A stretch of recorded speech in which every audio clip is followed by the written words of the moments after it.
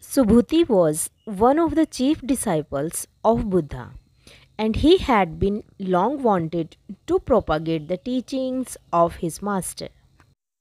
One morning during Buddha's sojourn in Jatavana, just outside his abode, Gandhakutir, he prostrated before Buddha and sought his permission to spread his message far and wide. Get up, Subhuti, Buddha said. It's not easy being a teacher. Even if you are speaking beautiful words, there will be plenty who will criticize and condemn you. With your blessings and grace, O Shasta, I'm sure it won't affect me. Do I have Tathagat's permission? Buddha remained silent for a few minutes and made no further remarks. Subhuti sat there with his head bowed. Meanwhile, other monks approached Buddha with urgent tasks relating to Jatavana and other viharas, retreat centers, and monasteries that were mushrooming in all the parts of India.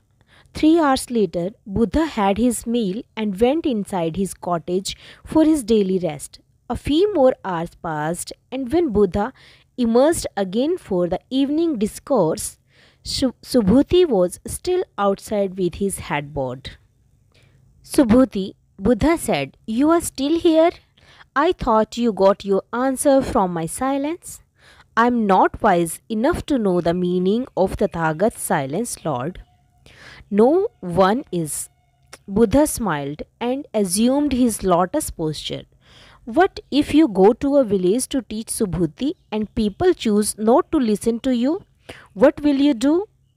I'll not mind, Lord, for I will remind myself that at least they are not calling me names or accusing me. What if they do that? I'll still smile, O Tathagat, for I'll remind myself that this is a small price to pay for spreading your message, that they may be doing much worse by abusing me physically, and what if they do that and hurl stones at you? I'll still be okay. With Tathagat's grace, I'll remind myself that at least they have not pinned me down and stabbed me. What if they do that? I'll take heart, thinking that they have not killed me. And what if the Subhuti Buddha asked in his usual detachment, they do kill you? I'll be most happy, Tathagat, Subhuti replied, raising his head for the first time, beholding the beautiful form of Buddha with tearful eyes. He continued, other than dying by Tathagat's feet, I can't think of a better nirvana than dying spreading Tathagat's message. Subhuti, Buddha said, rising from his seat and embracing him. You are fit to be a teacher. Morning was merely your test of patience. You have the spiritual attitude required to take on a great cause. Thank you so much and stay tuned.